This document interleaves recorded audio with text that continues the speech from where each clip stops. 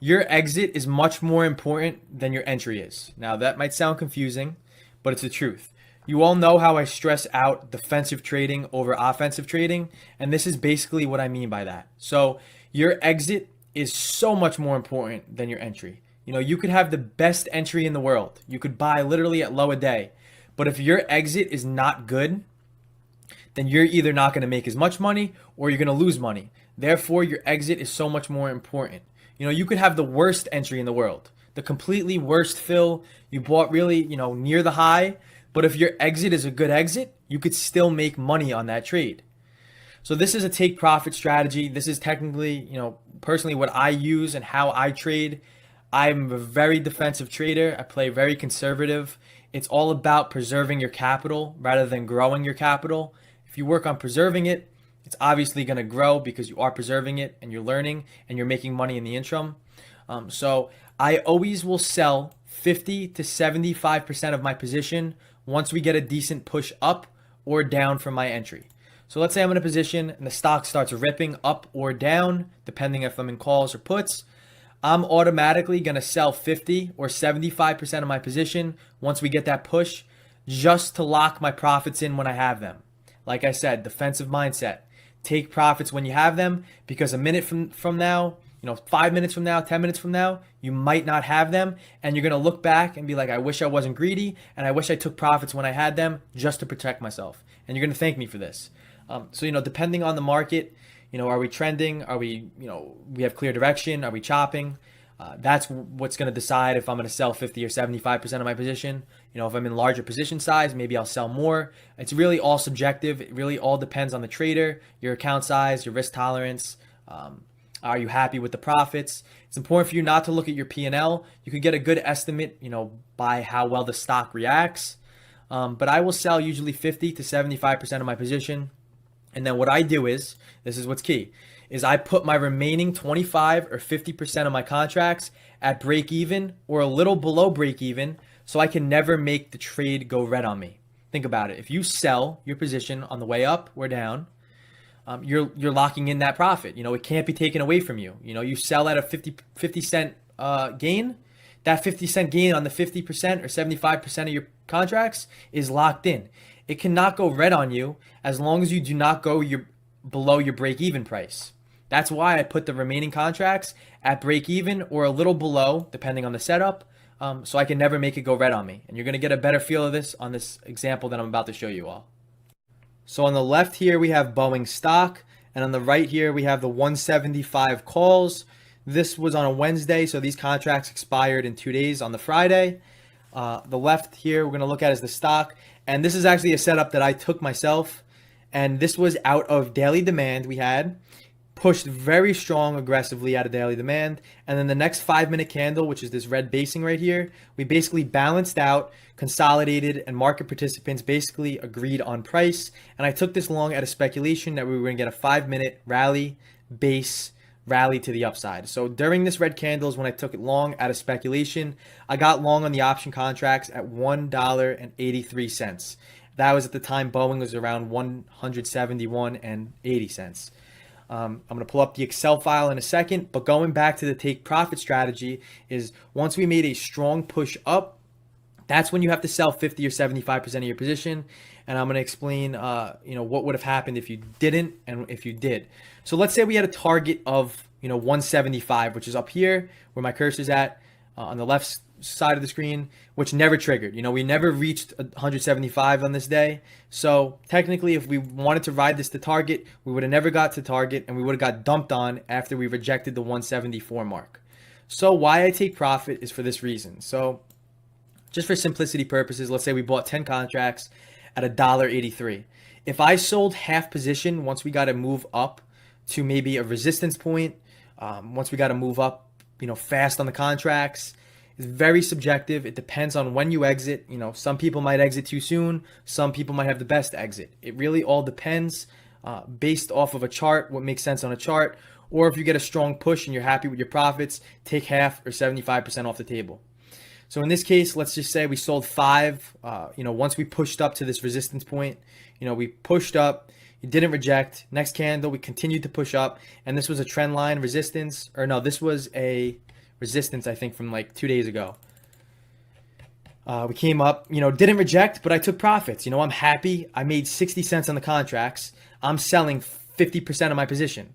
Now I locked in about 80 cents on the contracts. So right off the bat, I locked in $400 off of my initial investment, which was $1,800. So not bad locking in 400. Now I have 5 remaining contracts, and I'm going to ride my 5 remaining contracts all the way up until 175. Guess what? We never hit 175. So, the plan on the strategy, let me pull up my Excel sheet here. The plan on the strategy is put your remaining contracts at break even or a little below break even so the trade can never go red on me. So now mentally, if I see the contracts start coming down as we did here, I'm either going to get out at break even or get out a little below break even if the setup is presenting itself. In this case, obviously Boeing kept dumping, so no signs of a bounce. So most likely, let's just say hypothetically speaking, I would have got out a little below break even. Guess what?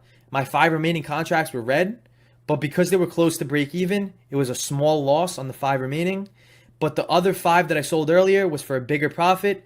And now my profit on this trade is $340 instead of, selling full position at the high.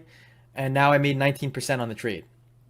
So it's just all about taking profit when you have it, keeping a couple contracts remaining so you could let them ride for a winning position. Nobody would have known here that Boeing wasn't going to continue to, rally to the upside. It's all about taking profits when you have it, leaving a couple contracts to ride. And the next example, you're going to see why this is important and why this does work if the trade still continues to run with you.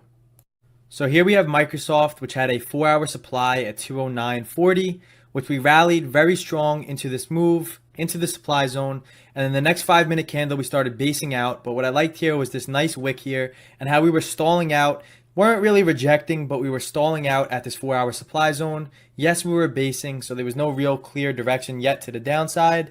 But I like this upper wick. And my risk right here was from 209.30 to 209.60. So it was about a 30 to 40 cent risk.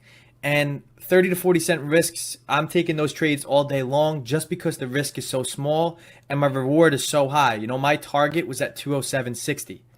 Yes, we may have never reached that target, but since my risk was so small, I had to take this trade just because that was so small. Now, going back to the option contracts, and let's say you do not know the take profit strategy. Let's say you get in 10 contracts at the yellow circle and you get to exit 10 contracts at the next yellow circle. At this time, on the right here, we have the Microsoft, the 207.5 puts, which were for the following week expiration because at the time Microsoft was trading was a Friday.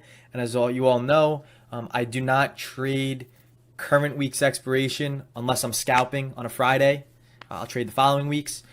So in this case, my entry, let's just call it at 304, which was down here once we started rejecting supply on the option contracts, 304. Get in 10 contracts at 304, and I get out once the stock makes a move down, and it looks like we start bouncing, and looks like, we're going to start taking out the that drop. We're going to start giving back some gains. At this point, this candle was full-bodied. We didn't have a wick, and at that point, it looked like we were starting to move to the upside.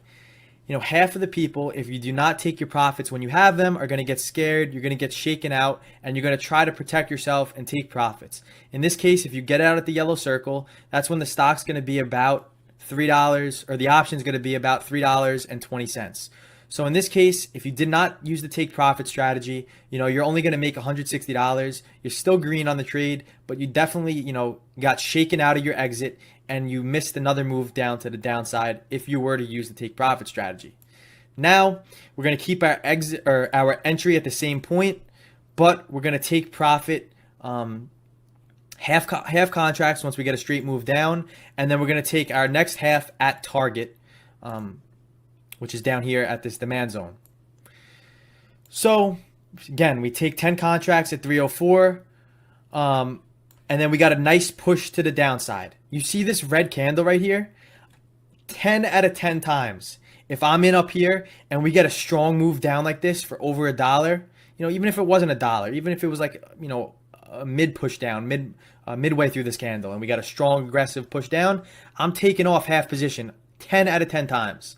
If I were to do that, Now I could afford to, hold at this pop, which popped for about 80 cents here. I could afford that. I'm not going to get shaken out here. I'm not going to get scared once the stock starts coming up. Now I'm in still 5 contracts. So I took profit at 345 from 304. So I made about 40 cents on 5 contracts. I'm already profiting compared to the first trade, which I only made $160.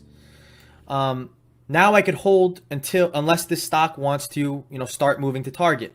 So sold 5 here. Now, you could put your stop loss at break even, whether it be up here, whether it be up here. You want to sell a little before break even, a little after break even. It's really all subjective. Personally, I never will make the trade go red on me. So however you want to do it, however you want to structure it, I will never make my remaining contracts go red on me. I'm out at break even. So then the stock, continued to sell off. We're still in 5 contracts, keep in mind, because we scaled out. And now look what happens. We get to target. If you want to sell your remaining 5 at target, go right ahead. That's what I would do. But if you want to sell maybe 4 or 3 of them and leave 1 or 2 contracts for another move down, go for it. Because guess what? Now that your stop was up here, now you can move your stop loss, somewhere in this area. So you could always adjust your stop and basically ride the trend down until, we break above, we start making higher highs, lower lows, whatever the case may be. But in this scenario, I would have sold 5 here and would have sold 5 full at profit. At take profit, our target. And if I did that, the contracts were at $3.75, my last remaining 5. So now I made $560 on this trade, which was about 18% return compared to a 5% return if I did not use the take profit strategy.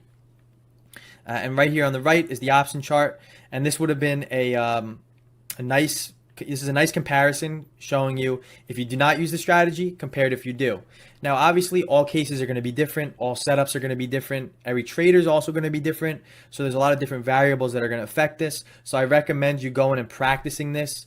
Write it down on a piece of paper when you're real trading, or if you're paper trading, try this out as well. See what works for you. This just works for me. If I get a strong move down or up, I'm selling half or 75% of my position.